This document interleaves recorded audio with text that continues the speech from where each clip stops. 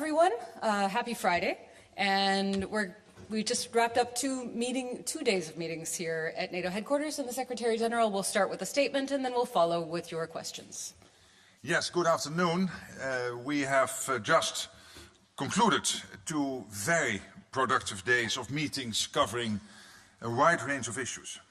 Allies heard a very clear message from Secretary Rubio about US commitment to NATO, and also a very clear expectation that Europe and Canada must take more responsibility for our shared security and continue to ramp up defense spending.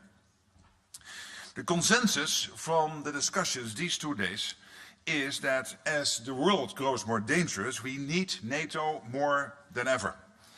And we are united in our commitment to each other in this alliance. That commitment is not only principled, based on common values and shared history. It is deeply practical. We face real threats to our security, the most direct from Russia, but also from others, state and non-state, in the high north, from the south, on the eastern flank, and in cyberspace.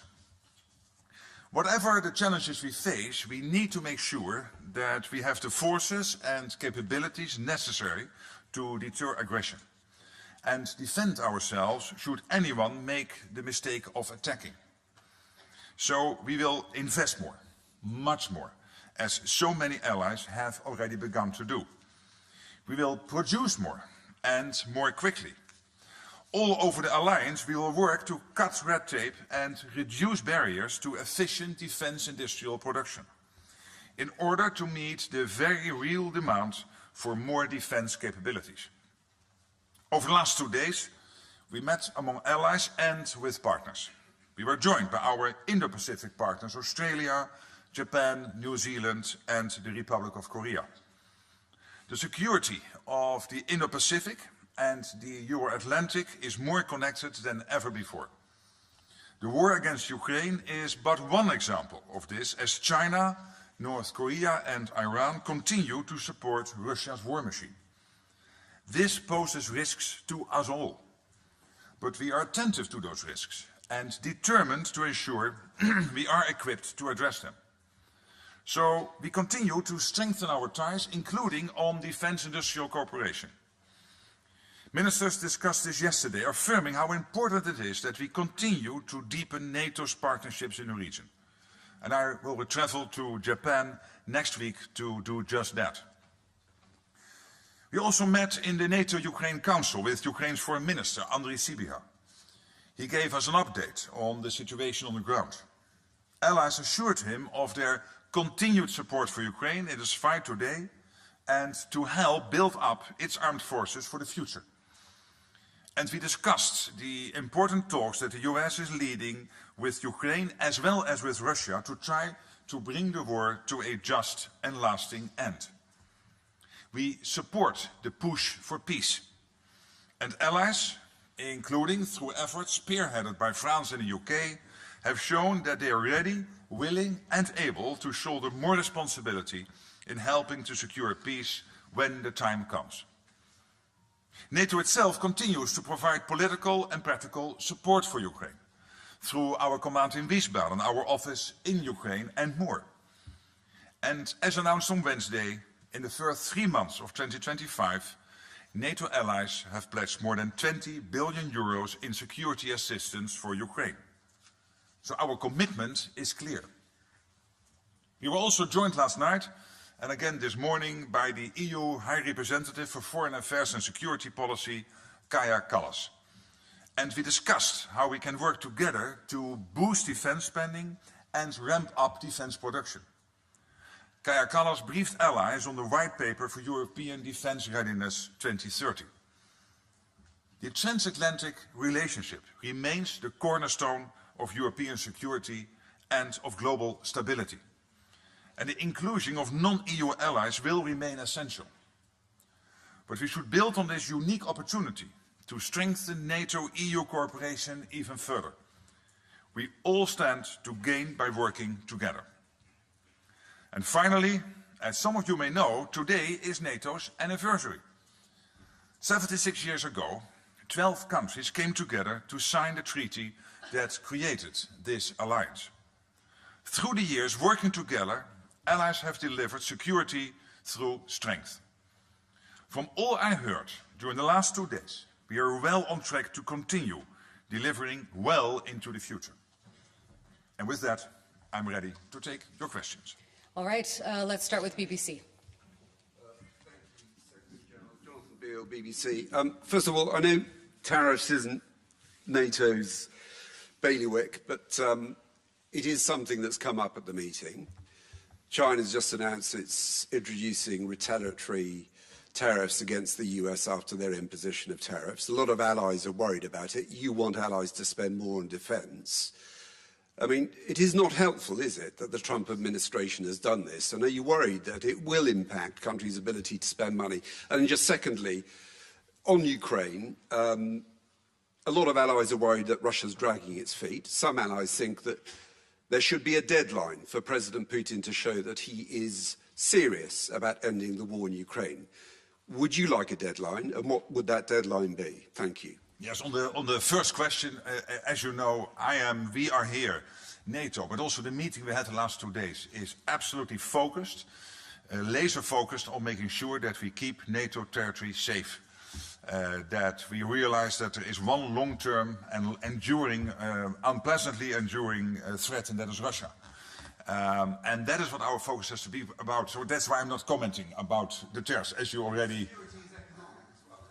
Yes, you're right, and that refers to Article 2 of the Washington Treaty. But even then, we have seen in the past that you will have discussions between members of the alliance on other issues than defense, which will not immediately impact the capability and the ability of allies to deliver on the common defense and security. So I think these two are really separate, and we should keep them separate and should not get them to interfere in our discussions. And on the second question, I mean, as I said yesterday, the American administration, President Trump, they broke the deadlocks. They started the discussions. I think they have done so step by step in a very forceful but also a very deliberate manner.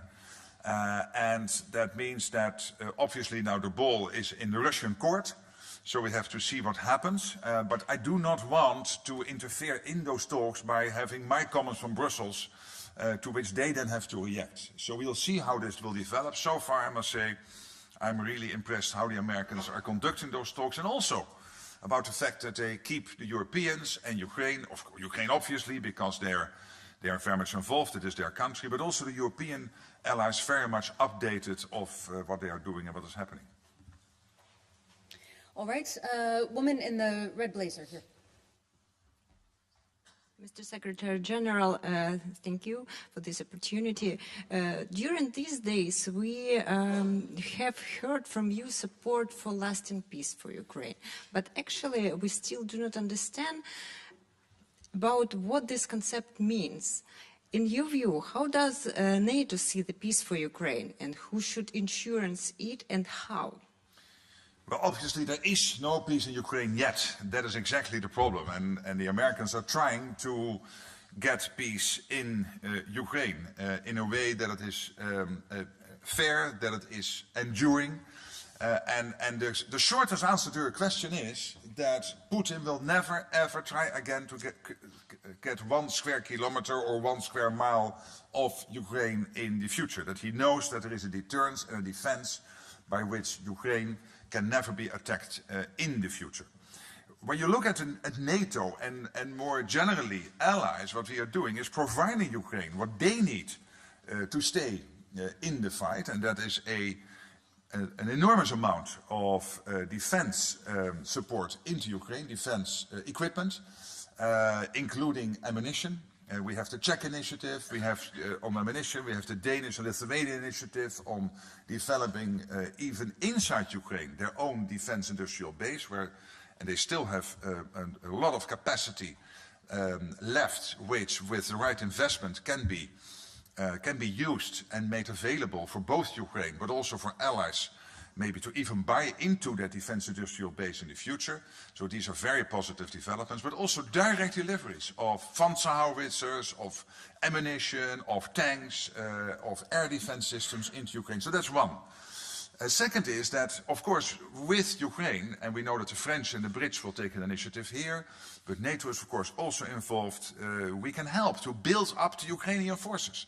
We just opened in Poland JTEC, which is a center where we will capture all the lessons learned in Ukraine. We have the command in Wiesbaden, which is very much involved in all the training activities when it comes to making sure that the Ukrainian army is in the future capable to defend itself, but also when it comes to making sure that all the defense industrial deliveries are done in such a way that they can be of maximum use to Ukraine.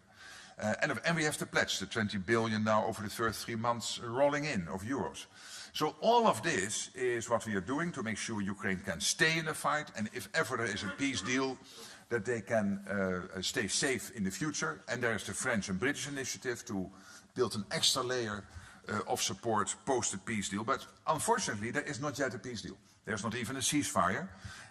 And the Americans are working day and night to get that going. All right. Thomas, the third row blue blazer. Thanks for the question. Thomas Kutschka with Frankfurter Allgemeine Zeitung. Good afternoon. Good afternoon. Secretary General, I have to press you again on the trade and tariff issue that Jonathan raised. This evidently is not a minor trade dispute between the US and its allies. It's something that has been called in this very building by participating foreign ministers a full-fledged trade war against them by their most important ally. You've pointed yourself to Article 2 of the Washington Treaty, in which allies pledged that they will seek, I quote, to eliminate conflict in their international economic policies. So given all this, can you really say, and does it really make sense for NATO to keep out of this when there's a threat of a global recession that will have a severe impact on allies being able to rearm? Well, first of all, there's clearly a difference in remit, in scope of the jobs of a foreign minister and of my role. Foreign ministers, of course, are focused on, yes, defense, and that's what we discussed here the last 2 days at NATO. But they're also, of course, very much focused on the broader international relations, bilateral and multilateral, of their respective countries. And that's why it is totally acceptable and logical that they comment on these tariffs. For my role is deeply focusing on the defense of NATO territory. And that is why I'm not commenting on other things than directly related to the defense of NATO, the Euro-Atlantic. And of course, when it comes to the Indo-Pacific, pointing to the fact that these theaters get more intertwined and interconnected. When it comes to Article 2, I don't think this is in breach of Article 2. No, I don't think so.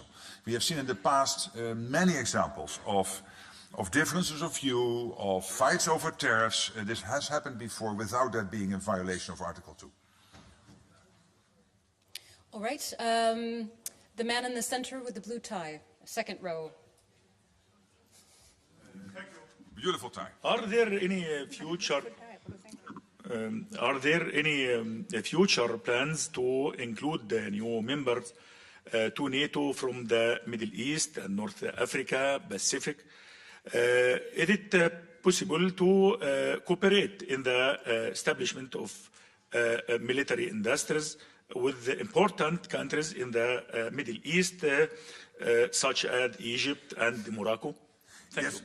When it comes to the second part of your question, the answer is yes. We do have cooperation with what we call the southern neighborhood. We even have a special representative.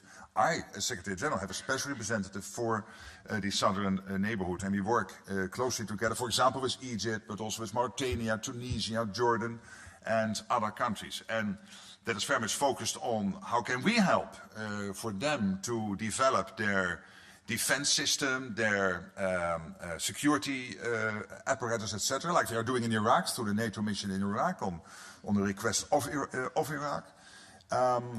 that doesn't mean that we will enlarge NATO and skip the N and the A in the abbreviation, the North Atlantic, and make it into a sort of watered-down general treaty organization. It will stay very much focused on the Northern Atlantic and on the Euro-Atlantic area.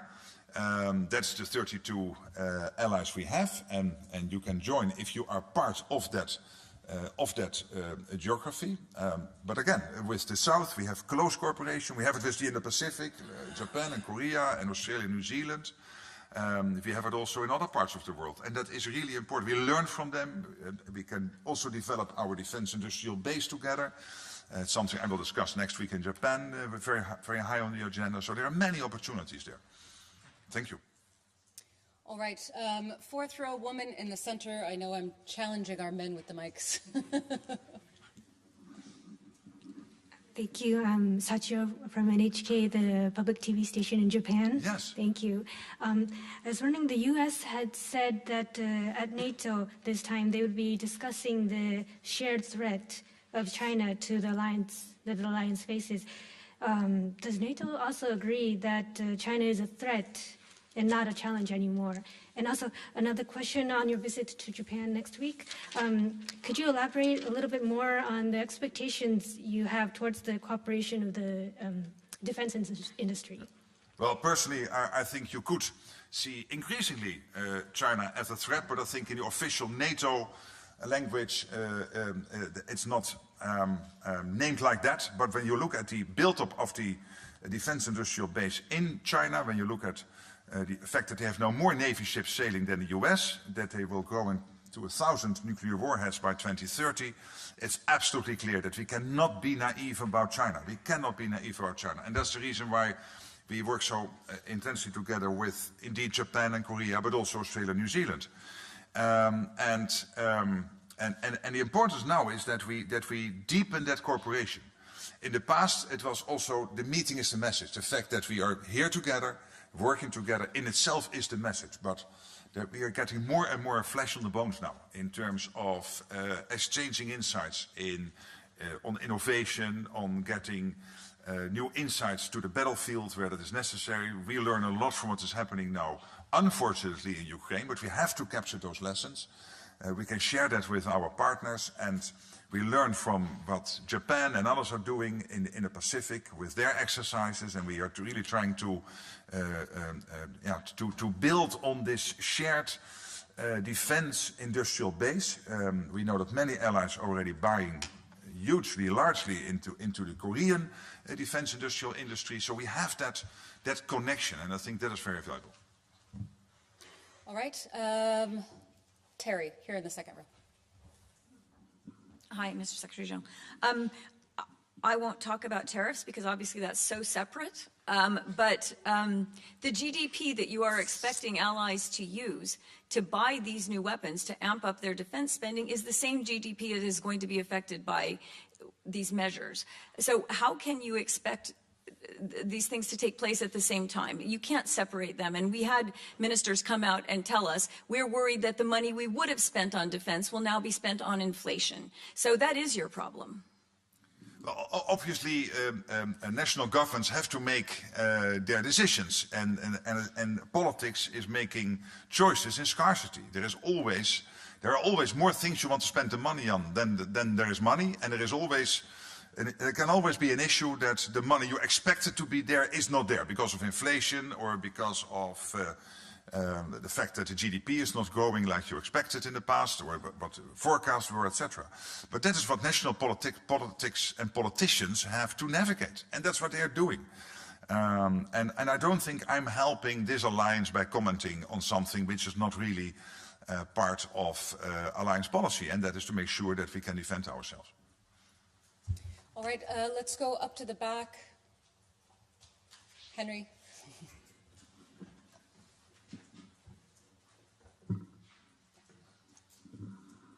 It's actually Josh Regal from the New York Times. No hi. problem. Hi. You mentioned that you were impressed by how the United States is conducting negotiations with Russia. I wanted to ask about a discrepancy between the position that you and others at NATO have voiced and that in which Trump and his officials have given regarding those negotiations. You, other NATO officials on background these days, have said you don't see Russia as engaging credibly, honestly, genuinely with the negotiation process, not being honest as a partner in those negotiations. Also, regardless even of what happens in Ukraine, Russia continues to be the most significant long-term security threat to NATO and the U.S. Trump, his lead negotiator Witkoff, have said statements suggesting the exact opposite, that Russia, Putin himself, are interested in peace, engaging genuinely and credibly in the negotiation process, and also that they do not see Russia as a long-term security threat, but rather potentially a partner in all sorts of productive and fruitful deals to be done. Can you acknowledge this discrepancy between your position and that of the Trump administration, and what does it suggest for the future of NATO cohesion? I'm not sure it is an entirely fair assessment of the position of the US administration, but let me start from a different angle. When President Trump came in, the war was not developing in the right direction. We saw the front line moving from the east to the west, and we want the front line to move from the west to the east. It wasn't. The Russians were very slowly, and against a lot of people dying or getting seriously wounded on their side, and by the way also the Ukrainian side, but they were making very slow progress. And we know that many people have died or are seriously injured because of this war. We know that some cities have been destroyed, the whole infrastructures have been destroyed. So for President Trump coming in to say, I want to do the utmost to bring this war to a just and lasting end, I think is commendable. And that's what I'm saying. And they're working tirelessly to do that. For NATO, it's clear. For the whole of NATO, Russia is the long-term threat. Even if this war will come to an end, let's not be naive about Russia. Nobody is naive about Russia. But when it comes to ending the war, I think it is important that the Americans are trying this, working closely with the Ukrainians, informing and updating constantly the Europeans, the French and the Brits, coming up with very practical suggestions on the next steps if we would get to a ceasefire or peace deal.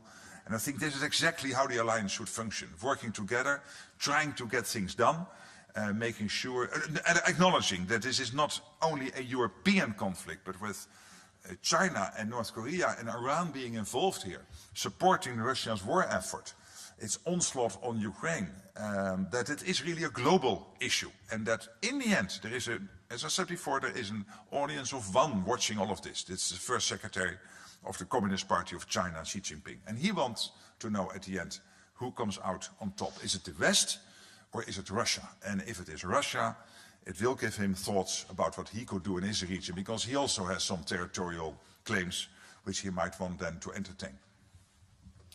All right, we'll stay in that part of the room. Let's see, we've got the gentleman who I can't see behind the cameras, but I did see your hand earlier. Gray jacket. Yeah, Rob Harris from the Sydney Morning Herald. Just back on China, we've seen reports in the past few weeks that basically Russia wouldn't be able to continue the war against Ukraine without China's help, not lethal aid, but with goods on the battlefield. What is your message to China in regards to its continual cooperation? And secondly, if I can indulge you on a personal matter, families of the victims of MH17 have pressed for an admission and an apology regarding MH17 as part of any peace deal, and I was wondering if you can offer a view on that. Well, on the first question, when it comes to China, let's be totally clear about this. We know that they help and support the Russia's war effort through sanctions circumvention, through delivery of dual-use goods.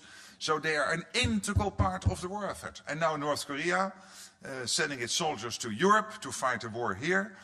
We know that the Russians are repaying them not only with money but also with technology, which in the end is also posing a threat to the United States and to the whole of NATO territory and to the Indo-Pacific. Iran involved, very much involved, and getting money from the Russians by which they then can stir up even more trouble in the Middle East as the Iranians love to do directly and through their proxies in Lebanon, and through their proxies in Gaza and Lebanon. So this is really a global issue. Let's not forget that. And when it comes to MH17, this is very close to my heart and many in my country and in Australia, because, as you know, Australia was the second hardest hit country, with many people dying in MH17 in that terrible disaster on the 17th of July 2014. 196 from my country. And that means that I'm now not in the national government, but this is clearly a position the Dutch government has always stated, and I have no reason to think that has changed. All right, second row in the black. Thank you. Sabine Siebold with Reuters.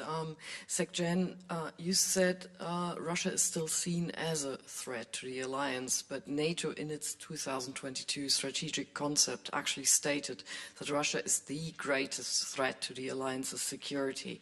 Does NATO, including the United States, still stand united behind this assessment? Absolutely, and it was reconfirmed in Washington in 2024. All right, just behind, Elena. Olena Abramovich, Radio Free Europe, Ukrainian Service and Current Time TV. Thank you for the floor. Secretary General, you mentioned many times these days about 20 billion in 3 months, but some of those pledges are actually for 3 years. Are you still sure that Ukraine will get in 2025 the support which is not less than in 2024? And one more thing, we've heard a lot last year you saying that Ukraine should be at the negotiation table at the strongest possible position. I haven't heard this last couple of days. Has your position changed regarding that? Thank you. No, let me reconfirm that. They have to be in the strongest possible position. That is why the pledge is so important. Yes, the pledge does not mean always that all that money is immediately spent. For example, some of that money, take the fact that Norway, I think it's up to 8 billion euros, has now pledged to Ukraine, and a large part of that money will be used, as far as I understand, but we should check that maybe together after we end this presser, but I think a certain extent of that money is being pledged to invest in the defense industrial base in Ukraine. So that means that you will not only always immediately have from that money the translation into practical defense equipment, but that is also the case for previous pledges. So you will now see coming in what comes out of the previous pledges in terms of some unavoidable delays. But what I'm hearing also from our Polish colleagues and other colleagues who are basically working on the logistics, getting everything into Ukraine, is that the amount of shipments into Ukraine is still very big and necessary, because we want you to be indeed in the best possible position. All right, the man here in the second row. Yeah. Sergei Sidorenko, Ukraine, European Pravda. SecGen, I'd like to ask you about Ukrainian participation in the forthcoming summit. How do you see that? Do you expect Ukrainian president to be invited to the council? Or, so would it be council held? Maybe it was discussed. Maybe you have heard from Minister Sibiga his position, and of course what Ukraine could expect, even on these early stages. Thank you. We have not yet decided on the exact choreography of the summit, so that's for later. All right, the woman in the second row here. Hi, Secretary General Antonetta from Politico. You've talked about the Allies agreeing on contributing their fair share to defence spending, or upping their defence spending. Have you talked about what that captures and what that entails? Because Spanish Prime Minister Pedro Sánchez talked about, climate change, border controls, cyber included. Can you be more specific about what is captured in this defence spending? We have not discussed that these 2 days, but within NATO we have a clear definition, understanding of what defense spending is and what it is not. We are not going to change that definition. All right, and the one from the end there on the second row. Thank you for this opportunity. Mindaugas Laukagalis from Lithuanian National Radio and Television. I would like to ask, what could you say to the people in the eastern flank, and especially in Lithuania, because there was a lot of worry in the past few weeks and months about NATO's future, about US future in NATO. So what could you say to those people, and also about the fact that there is, as you called, I think, the two-tier NATO, when countries in the east, they invest much more than the countries in the south and the west. So what is their message to the eastern flank? Yeah, well, again, as Secretary Rubio said yesterday, Marco Rubio, in the press statement we did, and maybe I can just repeat it, a total commitment to NATO, also the expectation to continue to ramp up spending in Canada and on the European side.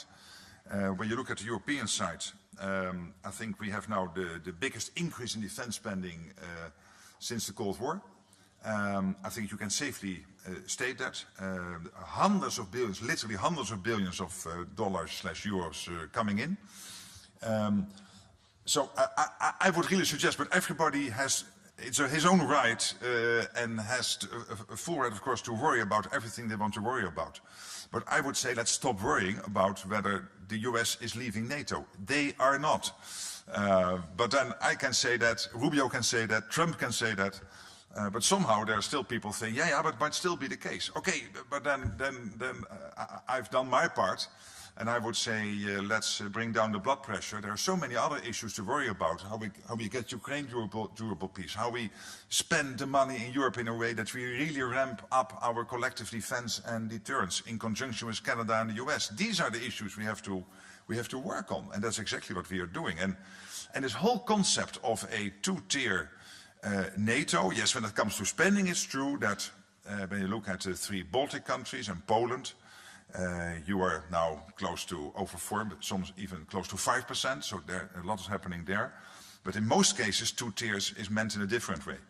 And that is to make the distinction between the older member, the older allies, and the newer ones. And I hate that distinction, because as I consistently say, we are all on the eastern flank. The difference between Vilnius and Rome, and Vilnius and The Hague, Vilnius, London or Washington, now Washington is a bit farther away, but when you take the European capitals, is 10 minutes. That's the difference these latest Russian missiles will take to reach you. So that's the difference. So we are all on the eastern flank. I live on the eastern flank in Brussels, The Hague. All right, we have a few questions in the 4th row. We'll start right in the center, the man with the glasses. Many of you have glasses. I'll come back. Thank you for the floor. Andrei Smolikov, a representative of an exiled media in Russian language. Secretary General, there have been some talks during the negotiations between the US and Russia on Ukrainian membership in NATO. Can you reaffirm that the alliance still stands by the Ukrainian membership? Can you still confirm that it's irreversible and it's not up to negotiation? That's it. We decided in Washington that the path of Ukraine into NATO is irreversible. We are building the bridge by everything we're doing with Ukraine, getting Ukraine as interoperable as possible with NATO. But it was never promised to Ukraine that NATO membership would be part of a peace deal. I mean, that is also true. All right, woman with the dark hair and the dark jacket. Thank you. Ellen Francis, Washington Post. Secretary General, you mentioned territorial claims. We've reported that the White House is studying the cost of controlling Greenland, and President Trump has not ruled out the use of force to take Greenland. So I want to ask you, what good would Article 5 do if an attack on a NATO ally comes from within, and how would NATO respond then? Thank you. I said before that I think we should zoom out from Greenland, and we should look at the high north and the Arctic in general, because there is an issue in the Arctic with Chinese using the new sea lanes coming up, Russia rearming and arming parts of the Arctic. And that is why the 7 Arctic countries within NATO, US and Canada, Denmark through Greenland, but also Iceland, Norway, Finland, Sweden, are working together, all 7, and NATO is involved to make sure that we take the necessary next steps to defend this part of NATO territory. All right, we're just about out of time. We'll take 2 more questions. So the man in the light gray jacket on the 4th row, yes? Thank you. Phil Full, Dmytro National News Agency of Ukraine. As we know, the U.S. Secretary of Defense, for the first time, will not take part in the future contact group on Ukraine. Does it mean that U.S. somehow withdraw themselves from that kind of initiative?